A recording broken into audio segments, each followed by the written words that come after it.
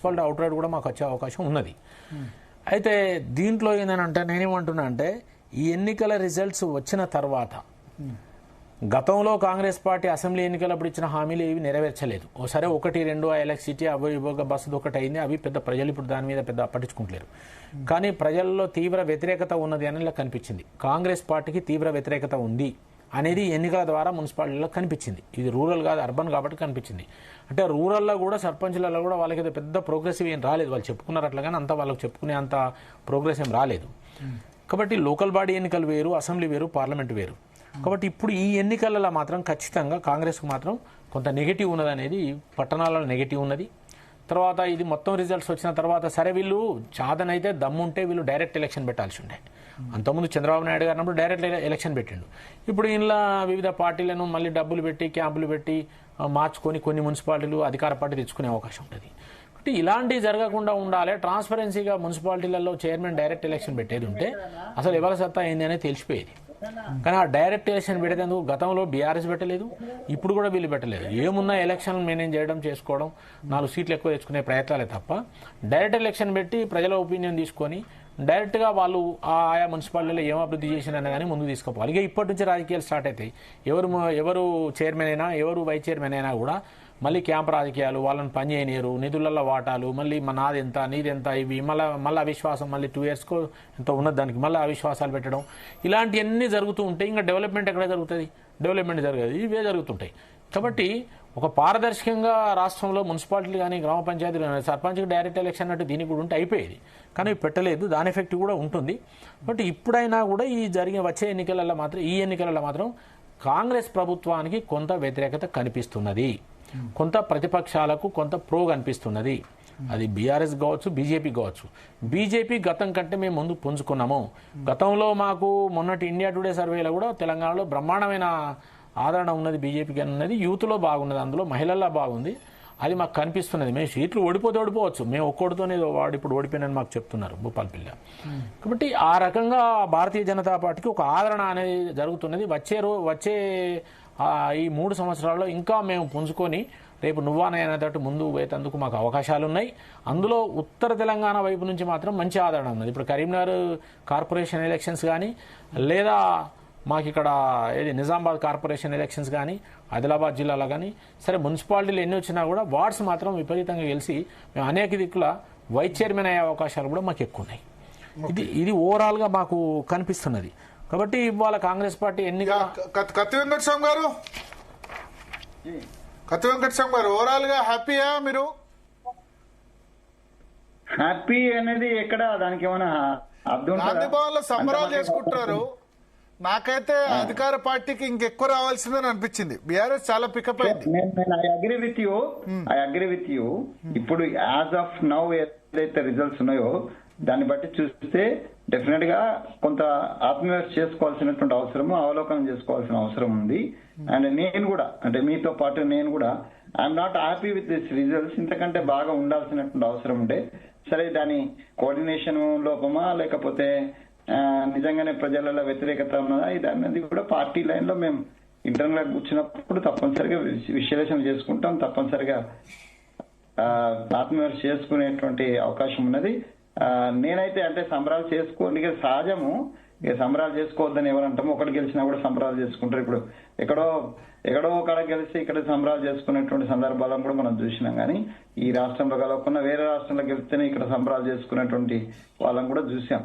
So అట్లా సంబరాలకు దీనికి సంబంధం లేదు. కానీ డెఫినెట్ గా అంటే గవర్నమెంట్ లో ఉన్నటువంటి ముఖ్యమంత్రి రేవంత్ రెడ్డి దగ్గర నుంచి నాలాంటి సామాన్య కార్యకర్త వరకు డెఫినెట్ గా ఇది ఆలోచన చేయాల్సిందే.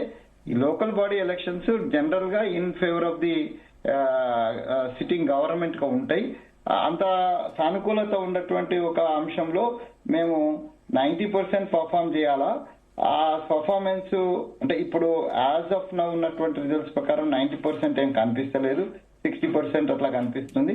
కాబట్టి ఇది ఒకసారిగా మనం పునరాలోచన చేసుకోవాల్సినటువంటి అవసరం ఉందని అయితే నేను భావిస్తున్నా. మా పార్టీ పెద్దలు కూడా ఆ రకంగానే ఆలోచిస్తారని నేను భావిస్తున్నా. ఉపేంద్ర గారు జాయిన్ అయ్యారు బీఆర్ఎస్ నుంచి. ఉపేంద్ర గారు ఏమంటారు ఓవరాల్ గా ఇప్పటివరకు వచ్చిన రిజల్ట్స్ బట్టి? ముఖ్యమంత్రి గారు మాకు 90-95 మున్సిపాలిటీలు వస్తాయని స్టేట్మెంట్ ఇచ్చిండు ప్రచారంలో. కానీ ఇప్పుడు అవి రావడం లేదు. అంతవరకు గ్యారెంటీ. 90 కాదు, 116 మున్సిపాలిటీస్ ఉన్నాయి. అందులో వారు 99 మా కాంగ్రెస్కి వస్తాయన్నారు. ఓకే, కానీ ఆ రిజల్ట్ లేదు అని ఇప్పుడు ఇండిపెండెంట్ వాళ్ళని కలుపుకొని వస్తాయేమో. చైర్మన్ గా నీకు వార్డ్స్కి గెలవాలి కదా, గెలవకుండా నువ్వు ఏదో మేనేజ్ చేసి ఇళ్ళకెళ్ళి తెచ్చుకుంటే కావచ్చు, డబ్బులు పెట్టి అది పెట్టి తెచ్చుకుంటూ కావచ్చు. దానివల్ల ఉపయోగం ఏంది అని నేను, నువ్వు గెలిచినట్టు కాదు కదా అది. Okay okay okay. So Upendra గారు ఏమంటారు ఓవరాల్ గా ఇప్పటివరకు వచ్చిన రిజల్ట్స్ బట్టి? ఇప్పుడే మొత్తం కంక్లూజన్ రావాల్సిన అక్కర్లేదు, బట్ వార్డ్స్ వచ్చేటువంటి రిజల్ట్స్ ని కూడా నేను గౌరవిస్తున్నా. దాన్ని నేనేమో దాన్ని కొట్టిపారేయటం లేదు.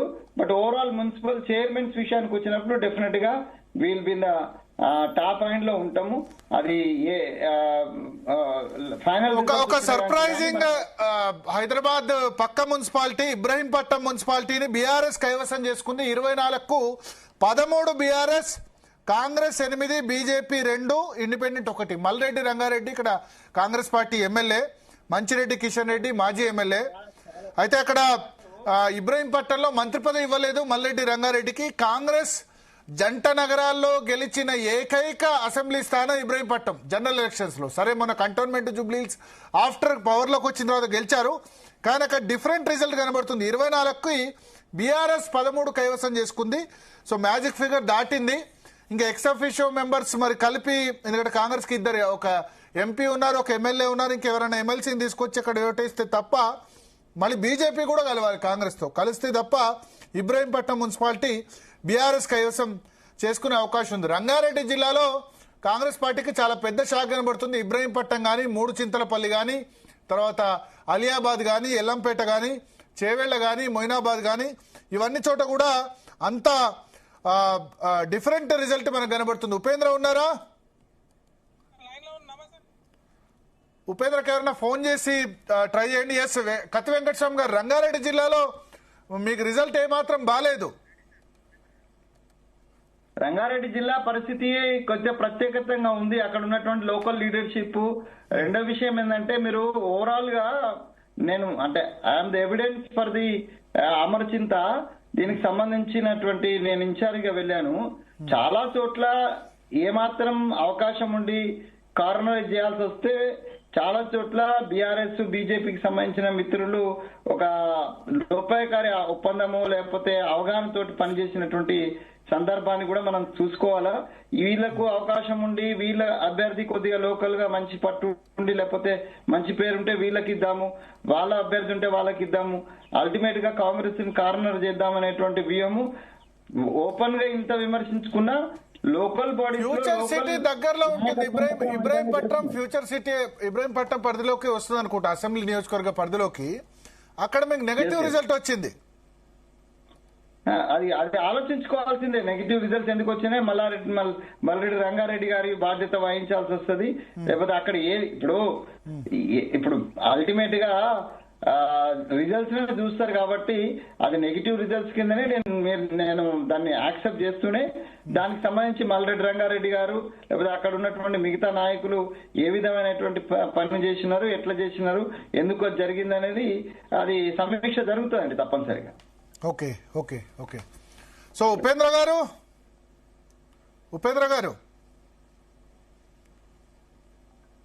వినబడుతుందా? ఉపేంద్ర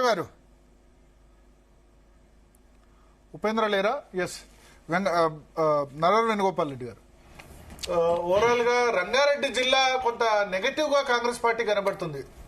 అంటే రంగారెడ్డి జిల్లాలో అంటే మొన్న జరిగిన చుట్టుపక్కల మున్సిపాలిటీలన్నీ కూడా ఇప్పుడు నగరంలో కలిపిన తర్వాత కొన్ని కూడా అవి కలపాల్సి వస్తే కొన్ని మిగిలినాయి. మిగిలిన వాటిల్లో మాత్రం కాంగ్రెస్కు లేదు. ఇప్పుడు మీరు చెప్పిన 3 చింతలపల్లి, అలియాబాద్, 3 చింతలపల్లి కూడా బీఆర్ఎస్ ఉందా?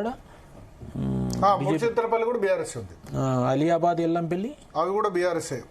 ఇవి అంటే మొదటి నుంచి అక్కడ కొంత వాళ్ళకి పట్టుంది. వాళ్ళ శాసనసభ్యులు కూడా ఉన్నారు ఆడ, కాబట్టి వాళ్ళకు కొద్దిగా అనుకూలత ఉన్నది. మాకు కూడా కొంత ఆడ ప్లస్ అయింది. మాకు కూడా ఒక 4-5 వార్డులు వస్తున్నాయి. అలియాబాద్లో కొన్ని వస్తున్నాయి మాకు, ఎల్లంపల్లిలో ఉన్న 3 చింతలపల్లి కూడా కొన్ని వార్డులు వస్తున్నాయి.